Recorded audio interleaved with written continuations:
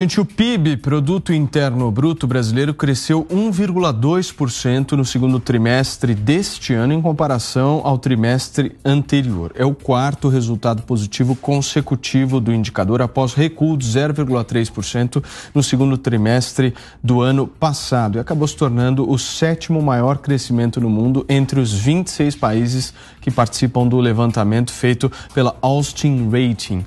O resultado faz o PIB avançar 2,5% no primeiro semestre de 2022. A atividade econômica do país está 3% acima do patamar pré-pandemia e atinge o segundo patamar mais alto da série, atrás apenas do alcançado no primeiro trimestre de 2014.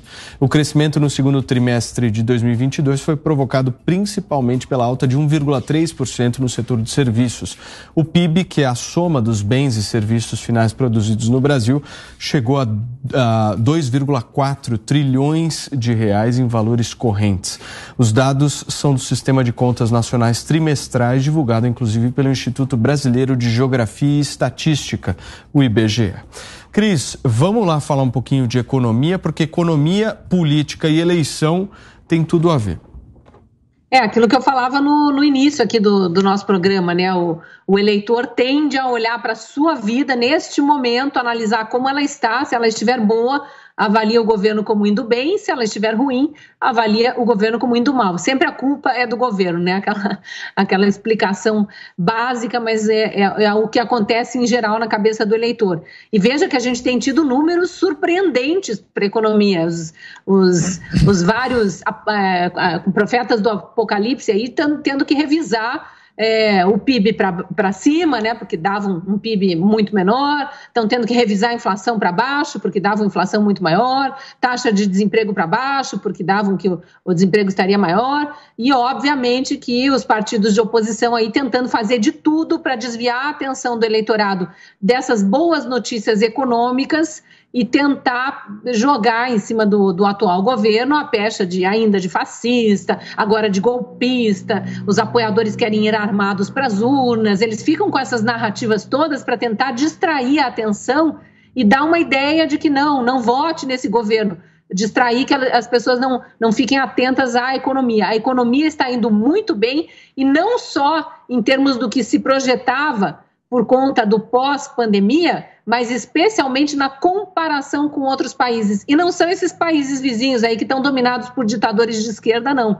São países grandes e desenvolvidos da Europa, dos Estados Unidos e que estão sofrendo infinitamente mais no pós-pandemia do que o Brasil. E isso, inclusive, em recessão técnica, entrando por uma perspectiva aí muito ruim para os próximos anos. O Brasil, nesse momento, não está equiparável com esses países. Está muito melhor. Bem. Serrão, você. Novidade excelente, você quer uma? Eu vou te dar.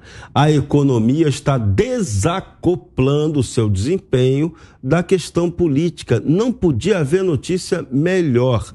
Então, as pessoas que querem trabalhar e produzir estão ganhando do pessimismo. Isso graças a várias reformas econômicas que aconteceram nos últimos anos, nos últimos 3 anos. Então, isso é muito bom. Tomara que continue assim. Piperno.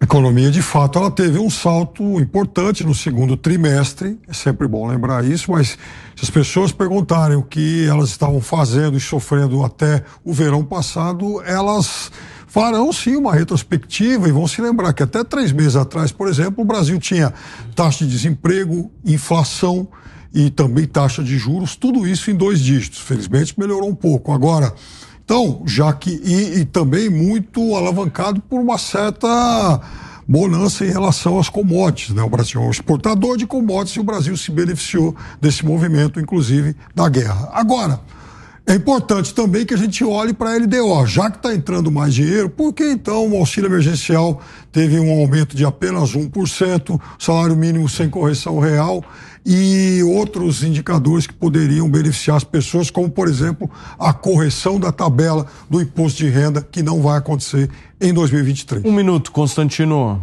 O salário mínimo não ajuda, não, os mais pobres. O Paulo Guedes está dando show, né, nesses profetas do Apocalipse. Não estão apenas torcendo contra. A oposição está boicotando, está agindo para piorar a economia. Esqueceram da pandemia, dos lockdowns, que não existiram agora na narrativa. Então, o governo tem mérito nisso, é importante para a eleição, e resta dizer para a imprensa do contra que o choro é livre e já virou motivo de chacota, né? A imprensa do mas. Realmente, a economia melhorou, desemprego caiu, inflação caiu, mas lá na frente pode piorar, né?